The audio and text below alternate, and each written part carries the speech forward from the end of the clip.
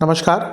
ग्रहों की गोचरीय स्थिति पर रेगुलर वीडियो पाने के लिए साप्ताहिक राशिफल, मासिक राशिफल, त्रैमासिक राशिफल और ग्रहों के बाकी गोचर पर भी रेगुलर अपडेट्स पाने के लिए, जिसके हिसाब से आप अपने जीवन में थोड़ी गाइडेंस प्राप्त कर सकें, इसके लिए मेरे चैनल को अवश्य सब्सक्राइब करें।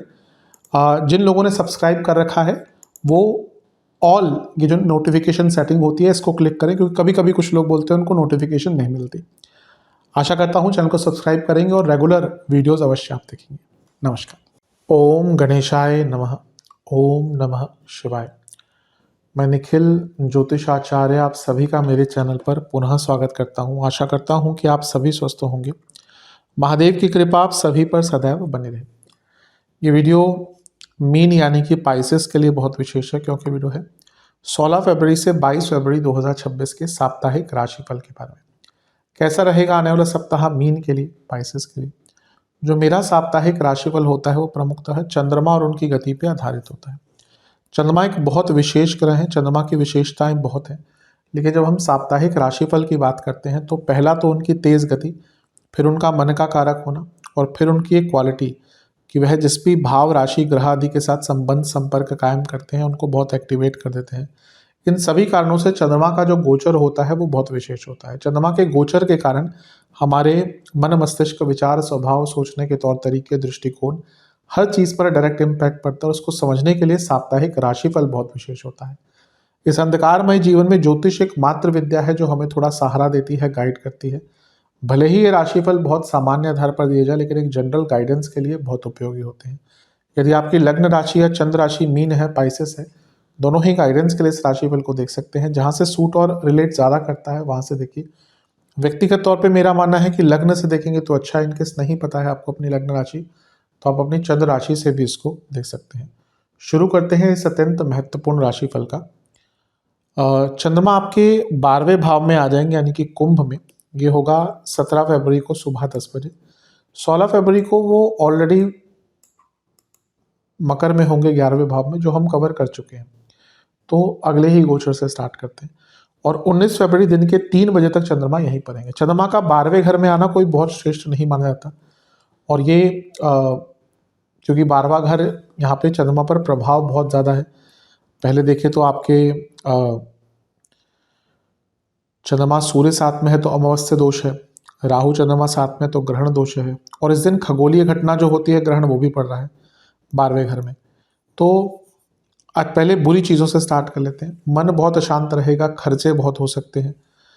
पंचम और छठे भाव के स्वामी साथ में बैठ गए। वैसे एक योग भी होता है, लेकिन उस पर मैं नहीं जाऊँगा, मैं नाम भूल गया उसका, लेकिन बहुत अच्छा योग होता है पंचम छठे का मिलन अगर होता है तो। लेकिन यहाँ पे अगर हम बात करें तो ओवर थिंकिंग, थोड़ी चिंताएं बहुत ज़्यादा रहेंगी।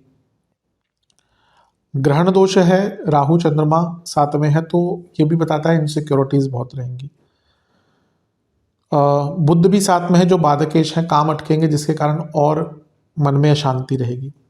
लेकिन अच्छी चीज़ यह है कि यहाँ पे सूर्य भी हैं जो विपरीत राजयोग बना रहे हैं, शुक्र भी हैं जो विपरीत राजयोग बना रहे हैं, और यहाँ पे ग्रहण लगा। 12वें घर का ग्रहण थोड़ा शुरुआती भाग में तंग करता है, लेकिन एक बड़े बदलाव की ओर इशारा करता है। अभी रिसेंटली मैंने वीडियोज़ भी बनाई हैं, मंगल के भी शायद यहाँ आ चुके हैं चैनल पे, तो वो दिखा रहा है कि ऑलरेडी 12वां भाव आपका बढ़ता जा रहा है।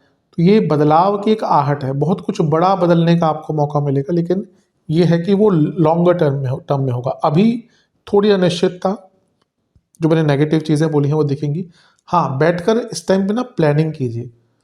कभी कभी हम ना एकदम रैट रेस में चलते हैं, ये करना है वो करना है।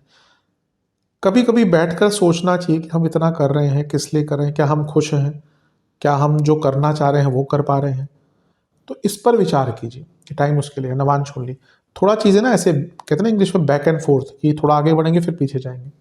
मानसिक विडंबना, मानसिक कंफ्यूजन बहुत रहेगी, इसलिए कोई बड़ा निर्णय ना ले। नवांश कुंडली बताती है थोड़े खर्चे ज़्यादा हो, दशांश कुंडली बताती है कि थोड़े से अच्छा, नवांश कुंडली में ये भी है कि खर्चे भी ज़्यादा हो सकते हैं। दशांश कुंडली में थोड़ा केयरफुल रहें। जो लोग जॉब करते हैं, जॉब जा सकती है इस टाइम पे।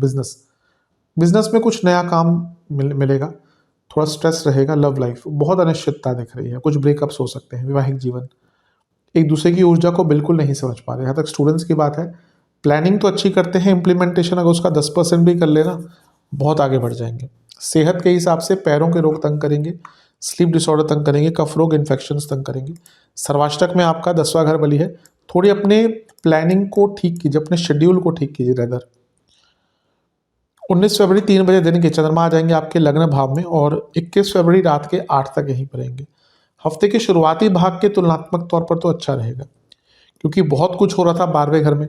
अब चंद्रमा लग्न में आ गए, त्रिकोण के स्वामी है तो राजयोग, लाभ स्थान के स्वामी के साथ पंचम का स्वामी, लक्ष्मी भाव का स्वामी, अच्छा लक्ष्मी योग, अच्छा धन योग, धन कमाने के नए अवसर। पंचम और पंचम से सप्तम के स्वामी साथ में, यानी कि क्रिएटिविटी, आइडियाज, माइंड में भी क्लैरिटी और स्टूडेंट्स के लिए भी लाभ मिलेगा। तो हफ्ते का ये वाला भाग जो है वो काफ़ी अच्छा दिख रहा है। लग्नेश से भी केंद्र में, यानी कि गुरु से, तो गुरु से केंद्र में चंद्रमा यानी कि गजकेसरी योग, तो बहुत अच्छा है। लाभेश के साथ चंद्रमा का बैठना भी पैसे की वृद्धि, धन की वृद्धि दिखाता है। लेकिन शनि चंद्रमा है यानी कि विषदोष, तो लग्न में उनका होना थोड़ा डिस्कंटेंटमेंट, थोड़ा ना कि ये नहीं कर पाए वो नहीं कर पाए, वो चीज़ें ज़्यादा रहेंगी। थोड़ी उदासीनता भी आ जाती है इस टाइम पे विदाउट एनी पर्टिकुलर रीज़न। कभी कभी आप देखते हैं कि सब ठीक है लेकिन बॉडी में वो या मन में वो उत्साह नहीं है, बहुत लो फील कर रहे हैं। कभी कभी ऐसे ही योगों के कारण होता है। नवांश कुंडली थोड़ा करेज दिखाइए। अब बदलना है ना तो बड़े स्तर पर बदलना है। दशांश कुंडली कार्य क्षेत्र में देखिए वैसे तो सब ठीक है, लेकिन ऐसा लग रहा है कि थोड़ी बहस हो सकती है। बिजनेस को ना टाइम दीजिए, क्वालिटी टाइम। लव लाइफ ऐसा लग रहा है बहुत लोग आप दोनों के बीच में ब्रेकअप कराने की इच्छा रखते हैं, और उसमें कभी कभी वो ब्रेकअप मतलब कि आपके रिलेशनशिप को खराब करने की इच्छा रख रहे हैं, और उसमें थोड़ा सा सक्सेसफुल भी हो रहे हैं। वैवाहिक जीवन आगे बढ़िए, रुके हुए हैं किसी एक टॉपिक पर आगे बढ़िए। स्टूडेंट्स अभी जैसे मैंने लव लाइफ के लिए कहा था, आपके भी आसपास ऐसे लोग हैं जो आपको आगे नहीं बढ़ने देना चाहते और आप उनको सफल कर रहे हैं। अपनी संगत बदलिए। सेहत के रूप में वीकनेस, नसों की प्रॉब्लम,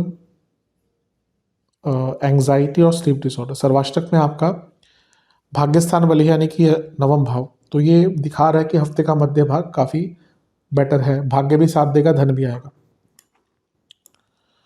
21 फरवरी 8 बजे दिन के 21 फरवरी रात के 8 बजे 8 PM चंद्रमा आ जाएंगे आपके धन स्थान में और सप्ताह के अंत तक यहीं पर रहेंगे। ये पूरे हफ्ते में चंद्रमा की सबसे अच्छी स्थिति है।